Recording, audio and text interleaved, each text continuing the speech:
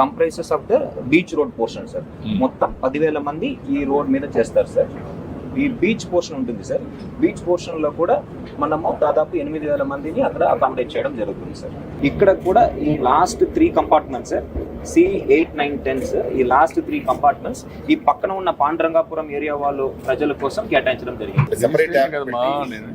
అయిపోయినా కూడా నేను ఒకటే అడిగాను, ఈ రోజు నుంచి 3 రోజుల్లో రిహార్సల్ చేయాలి.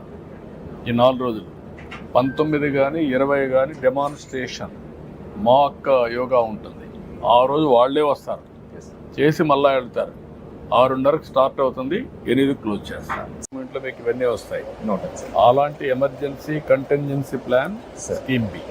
Scheme B will go to plain area. Plain area sir. మనకి రైల్వే గ్రౌండ్ ఉంది సార్. రైల్వే గ్రౌండ్ అక్కడ కూడా రెడీ చేసి ఉంచుతాం సార్. అక్కడ పెట్టుకోండి, అక్కడ పంపించారు. అది కూడా ఇప్పటి నుంచే ప్లాన్ చేయండి. ఇప్పుడు ఎక్కడ మీకు మొత్తం పెడుతున్నారో ఒకసారి బస్ లో పోయేసి రౌండ్ వేసుకొని వస్తే బెటర్ కదా. అవును సార్, ఇట్టే ప్లాన్ చేసాం సార్. విజిట్ కూడా ఇటు వెళ్దాం సార్.